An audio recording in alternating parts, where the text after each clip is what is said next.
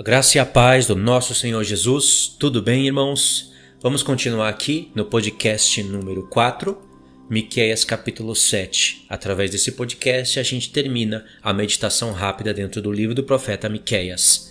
Vou deixar aí para vocês no comentário fixo, na descrição, acréscimos, playlists, alguma coisa que eu possa acrescentar ou os textos mesmos que eu vou citar aqui para vocês.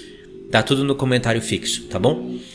Miqueias 7, ele é a conclusão do livro e é muita coisa aqui que teria para falar. Eu vou resumir o máximo para a gente tentar fechar isso daqui próximo de 20 minutos. Não sei se eu vou conseguir, mas vamos lá. Miqueias 7 diz assim: Ai de mim, porque estou como quando são colhidas as frutas do verão, como os abiscos da vindima. Não há cachos de uva para chupar, nem figos temporãos que a minha alma deseja. Pereceu da terra o piedoso, e não há entre os homens um que seja reto. Todos espreitam para derramarem sangue, cada um caça o seu irmão com rede. As suas mãos estão sobre o mal e o fazem diligentemente. O príncipe exige condenação, o juiz aceita suborno, o grande fala dos maus desejos da sua alma, e assim todos eles juntamente urdem e tramam. O melhor deles é como um espinheiro, o mais reto é pior do que uma sebe de espinhos. É chegado o dia anunciado pelos teus sentinelas, o dia do teu castigo, aí está a confusão deles. Não creais no amigo, nem confieis no companheiro, guarda a porta da tua boca aquela que reclina sobre o teu peito. Porque o filho despreza o pai, a filha se levanta contra a mãe, a nora contra a sogra. Os inimigos do homem são os da sua própria casa. Eu, porém, olharei para o Senhor e esperarei no Deus da minha salvação. O meu Deus me ouvirá. Tremendo, não é? Claro que vocês já lembraram aqui de Mateus 24, quando Jesus fala: porque o filho despreza o pai, a filha se levanta contra a mãe, a nora contra a sogra, os inimigos dos homens são os da sua própria casa. Ou seja, esse contexto é um dos contextos que iluminaram a cabeça do próprio Senhor Jesus para montar o sermão de Mateus 24. Agora, olha só o contexto. Vamos explicar o verso 1. Ai de mim, porque estou como quando são colhidas frutas de verão, como o rabisco da vindima. Aqui você sabe que colheita significa arrebatamento. Mas é claro que o profeta não está falando aqui que o povo foi arrebatado. Pelo contrário, ele dá a explicação logo em seguida. Não há cachos de uvas para chupar, nem figos temporãos que a minha alma deseja. Pereceu da terra o homem piedoso, não há entre os homens um que seja reto. Todos espreitam para derramarem sangue, cada um caça o seu irmão com rede. O profeta Miqueias, ele se sentiu como numa vinha, como em um lugar de colheita, olhou para todas as árvores e nenhuma delas tinha fruto. É como se todos eles tivessem sido colhidos. Você tem fome e você não vê nada. Ou seja, essas árvores secas, que não têm fruto, que não têm nada, não é porque foram colhidos os bons frutos da árvore, é porque elas não têm fruto nenhum. Por isso que ele fala, ele compara isso com os homens maus. E esses homens maus, o contexto aqui é justamente o nosso contexto. A sétima cabeça da besta, a Organização das Nações Unidas, está começando. Na verdade, se você olhar bem para o mundo, já estava rolando isso há muito tempo. Mas agora, com muito mais impiedade, com muito mais crueldade. E olha o que ele diz dessa aparência. As suas mãos estão sobre o mal e fazem diligentemente. O príncipe exige condenação, o juiz aceita suborno, o grande fala dos maus desejos da sua alma. São os governadores do mundo. E assim todos eles juntamente urdem e tramam. E aí o Senhor fala que é chegado o dia em que os profetas falaram. E fala que o melhor dos homens vai ser como um espinheiro. De fato, é tempo de grande tribulação. Não é à toa que o Senhor Jesus usou isso daqui para falar da grande tribulação. E ele diz que até entre os da família nós teremos inimigos. E tudo isso ele já interpretou acrescentando: por causa do meu nome. Não é só por causa de uma iniquidade aleatória, de uma transgressão aleatória, é a transgressão da lei de Deus. O nome de Deus está sendo blasfemado. É proibido mencionar o nome do Senhor, como diz outro profeta. As palavras que estarão sendo monitoradas por algoritmos serão essas: salvação, Deus, o único Deus que criou os céus e a terra. Se for do lado do Oriente Médio, tudo bem. Mas se for pro lado cristão, perseguição. Vai ser isso. Computadores estarão procurando quem fala, quem manifesta essa palavra. Igualzinho o procedimento de vigilância da China. O sistema de crédito deles. Igualzinho, vai ser no mundo inteiro. E tudo isso o Senhor Jesus deu a dica: por causa do meu nome. O que é o meu nome? O que tem no nome dele? Salvação, pregação do Evangelho, tudo isso, só aqui, nesse texto. E ele fala que não é para crer no amigo, nem naquela que reclina a cabeça sobre o seu peito, a sua esposa. Porque um trai o outro, dentro da própria família. E isso vocês sabem por quê, né? Porque quem não obedecer à lei perde os recursos do mundo. E nós já estamos sendo treinados, e muito bem treinados, através de máscara, através de mordidas, através de passaporte. Tudo isso é um treinamento. Tudo isso é controle. Nunca foi a respeito da saúde, nunca será. É controle. E todo mundo vai entender muito bem, através desses recados que o sistema maligno está nos dando, que quem não obedecer não entra em certos lugares, não faz isso, não faz aquilo, não viaja, ou seja, não usufrui dos benefícios da tecnologia, porque ela nos traz alguns benefícios. Eu sei que você sabe que o mundo paga um preço para a gente ter tecnologia. O mundo, a natureza, o que é mais belo, natural e lindo, paga o preço e paga severamente. Por isso que a terra vai responder tudo isso para o homem de volta.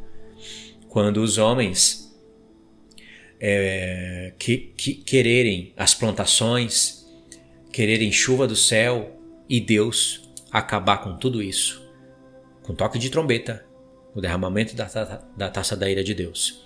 Os homens ferem a terra, ferem as águas, ferem tudo para ter energia e tecnologia.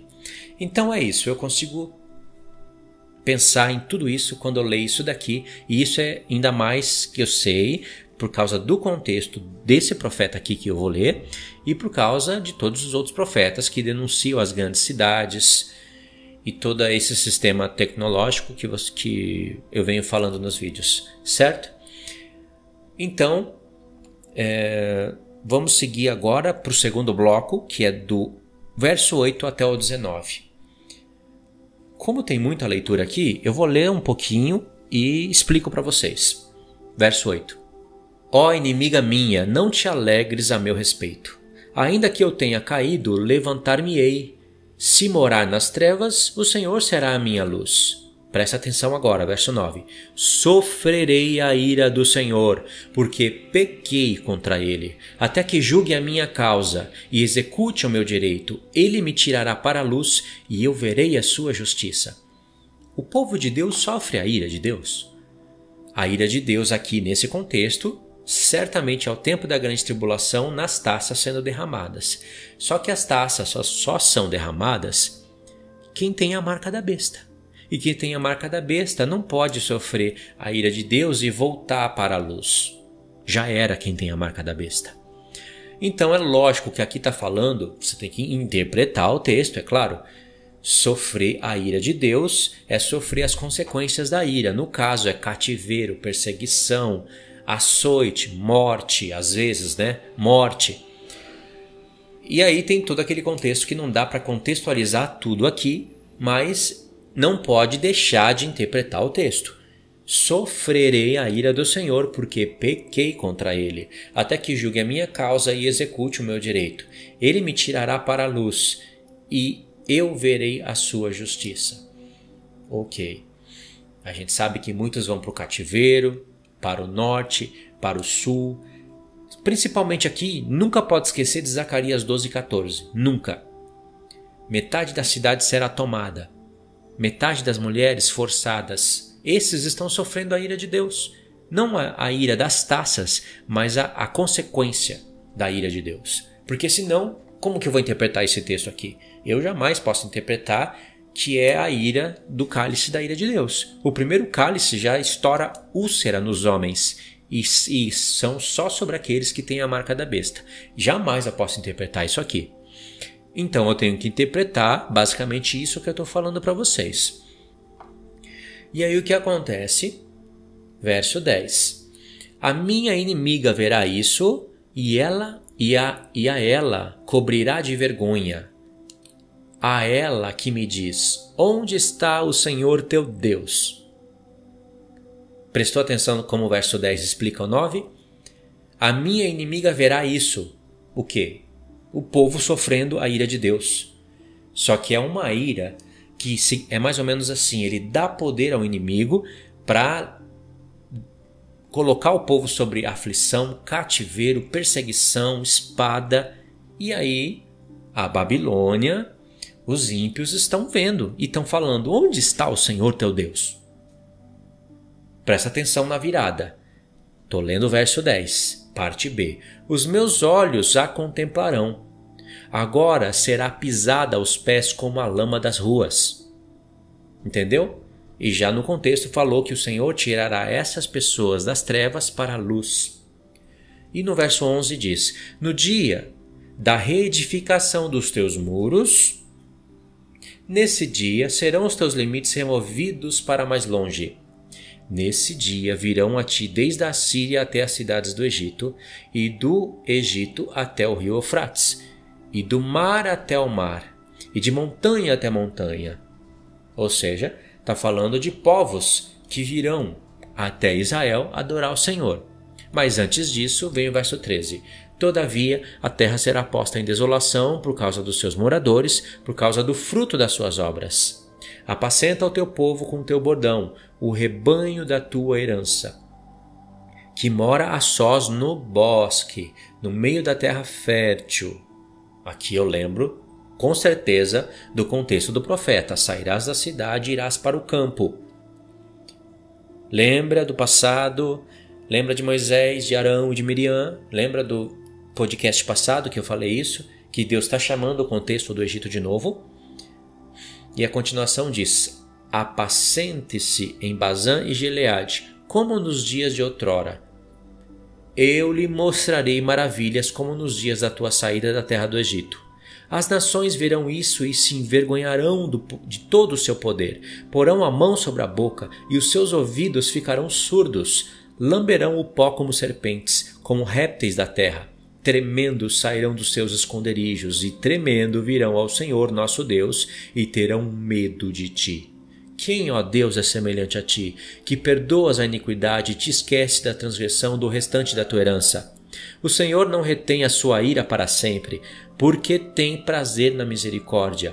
Tornará a ter compaixão de nós, pisará aos pés as nossas iniquidades e lançarás todos os nossos pecados nas profundezas do mar.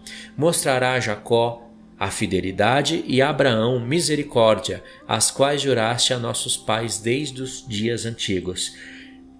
Verso 20. O profeta está falando que Deus vai cumprir todas as promessas feitas a Abraão, Isaque e Jacó. E Deus prometeu para Abraão que daria todos aqueles limites por onde os pés deles percorressem. Desde o Egito, desde o Eufrates, da Síria até o Egito. Toda aquela região seria dada a Abraão e a sua descendência. E aqui foi mencionado, né?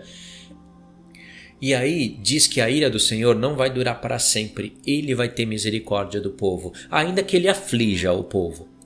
E aqui está dizendo, no verso 15, eu lhe mostrarei maravilhas, como nos dias da tua saída da terra do Egito. As mesmas pragas voltarão a acontecer e o livro do Apocalipse prova isso pra gente. São as taças da ira de Deus.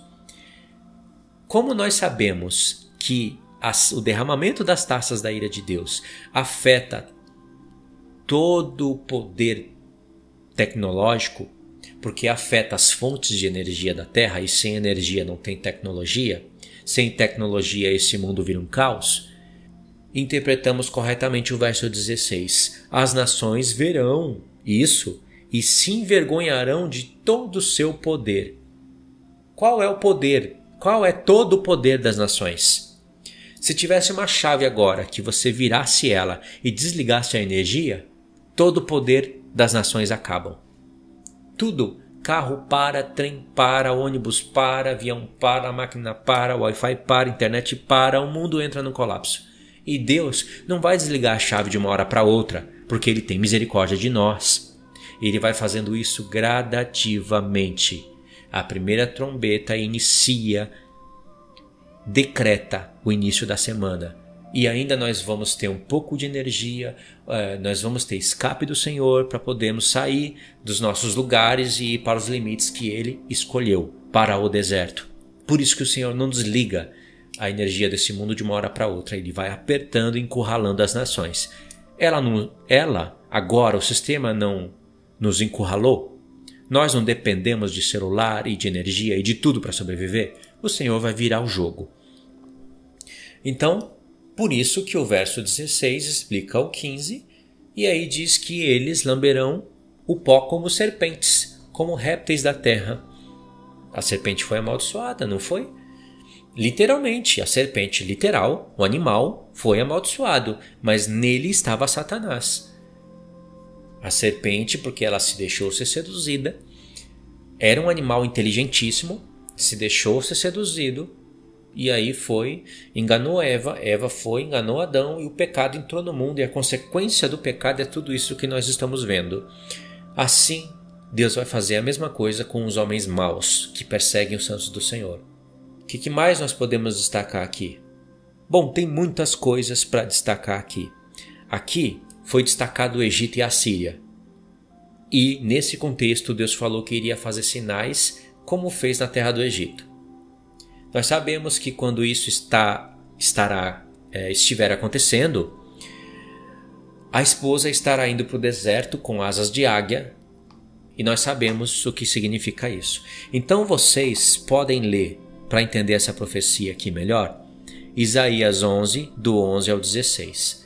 Deus vai falar dos sinais de abrir o mar, do povo ir para os limites estabelecidos, e lá vai aparecer o Eufrates e o Egito. Segundo texto, Isaías 19, do 18 ao 25, vai aparecer o Egito e a Síria abençoados no milênio. Duas das cabeças da besta, Egito e a Síria, vão estar convertidas ao Senhor, claro, como nações restantes. Isaías 27, do 12 ao 13, é onde ele fala que ele vai debulhar e colher o seu cereal desde o Eufrates até o Egito. Só dentro desse limite. Compreendeu? Então, para finalizar, eu queria que vocês olhassem aí o comentário fixo, a descrição, seguissem as playlists. Tem várias playlists. Eu não vou deixar todas aí no comentário fixo ou na descrição. Vou deixar só a desse tema aqui, que é o profeta Miqueias e o assunto principal do deserto. Dentro dessa playlist vai ter os vídeos de podcast e outros que eu gravei no parque. Queria que vocês estudassem isso, ouvissem o profeta Miqueias ou lessem ele, porque é muito importante. É um profeta curto, profundo, mas é curto, é fácil de ler. Você pode ler ele em 1 hora, e se fizer um estudo mais profundo, não dura mais de 2 ou 3 horas. Vai valer muito a pena, tá bom? Então é isso. Aqui a gente finaliza o profeta Miqueias, e agora tudo que eu tiver que acrescentar eu vou acrescentando em vídeos, andando no parque, ilustrando para vocês, tá bom? Deus abençoe. Então fiquem todos na paz.